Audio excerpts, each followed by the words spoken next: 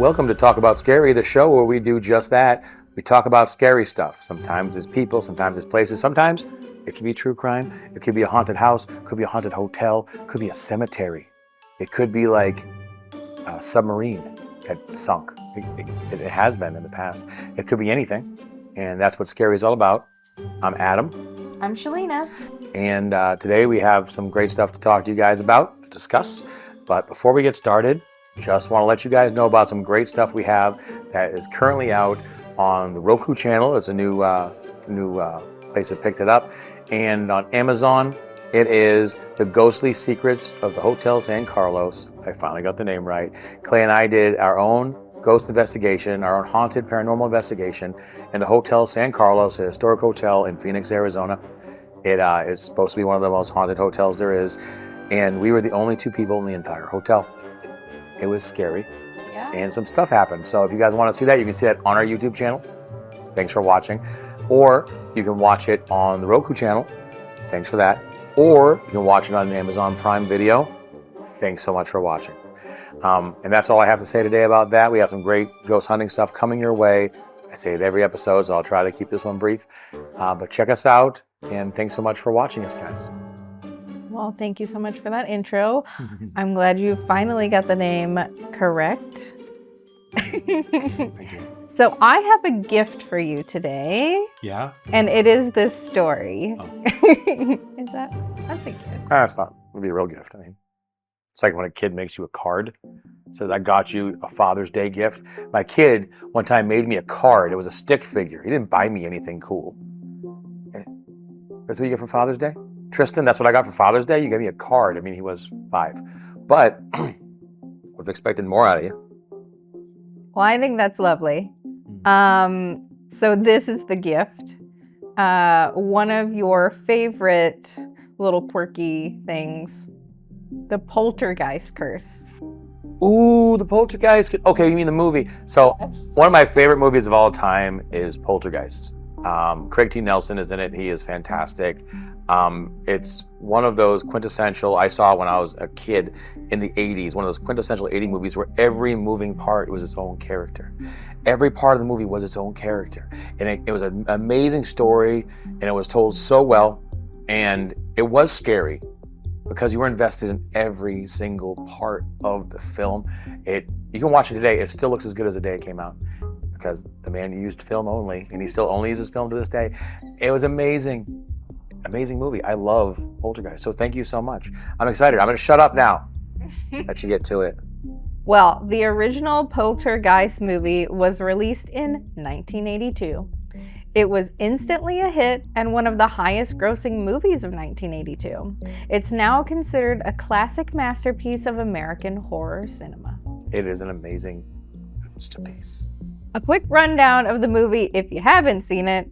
It's about the Freeling family who moved into a new home that, much to their surprise, is haunted! Was it Testaverde Estates?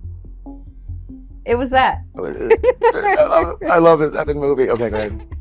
They witness horrific paranormal events and must rescue the youngest daughter from a demon named the Beast. And that's all you're getting out of us on that. No spoilers. No spoilers, except there are sequels, so... His house is clean. I'm so glad I still have the voice to do that, because when I get my voice back, I will be able to do her voice. There you go. That's the gift. There it is. That's the gift. Her and Aquafina. I can do those two then. So the first weird activity actually happened on set, but was publicly shared much later. So JoBeth Williams, who played Mother Diane Freeling, had to film a scene in an unfinished pool with skeletons. Oh, it's so good. The character discovers the home was built on an ancient Native American burial ground, and the buried remains rise to the surface. Oof, so gross. As the story goes, JoBeth bumped into one of the special effects guys a few years after filming. She told him how impressed she was with their work on all of the skeletons in that scene. He replied, "Oh, we didn't make them. Those were real." And like many things in the 80s, this seems unbelievable to us today, but it wasn't unheard of back then. It would have been much more cost effective to use real human skeletons than create so many out of plastic or resin. 80s were lit. Yeah. You were lit. And I mean, who doesn't love to save some bones? You get it? Did you get that? I'm funny. Just toss that in there. She wrote it in. She wrote it in. That was not improv. Good job. Thanks. Good job. Now, the first tragedy to befall the Poltergeist family offset was the shocking death of Dominique Dunn. She played the oldest daughter, Dana Freeling. Dunn broke up with abusive boyfriend John Thomas Sweeney. 5 months after the film was released, he showed up at her house and demanded she take him back and he be allowed to move back in. She refused. John assaulted Dominique and choked her in the driveway until she was unconscious. He was arrested and she was taken to the hospital. Dunn remained unconscious and on life support for 5 days until she ultimately passed away. John was convicted of voluntary manslaughter and was sentenced to 6.5 years in prison. Unfortunately, he only served half of his sentence. Where's he now? I don't care to know. But if you're interested, feel free to Google it for us and comment it. Comment below. So the sequel, Poltergeist 2, The Other Side. Not as good, but very good. That was in production. Will Sampson was a Native American actor and real-life shaman and played one in the movie. He was concerned about the use of real human skeletons used during the first film. Me too. Jo Beth Williams said Will went to the set late one night to perform an exorcism alone. Supposedly, the cast was relieved and there were no other filming setbacks that happened. So, there we go. 2 other cast members pass away. Their deaths are sad, but not unexpected.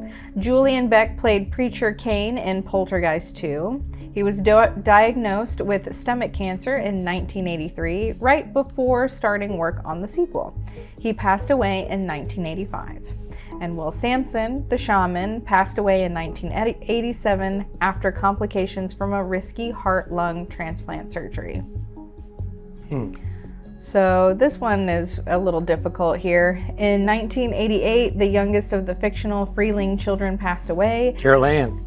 Yeah, Heather O'Rourke played the little sister, Carol Ann Freeling. She was misdiagnosed with Crohn's disease, a chronic inflammatory bowel disease affecting the lining of the digestive tract. She became ill, and about a year after her Crohn's diagnosis, the doctors believed she had the flu. Her illness quickly progressed. O'Rourke collapsed and suffered a cardiac arrest on her way to the hospital. She was revived and went in for surgery to clear up a bowel obstruction. She experienced a second cardiac arrest during the procedure and didn't make it. O'Rourke was 12 years old.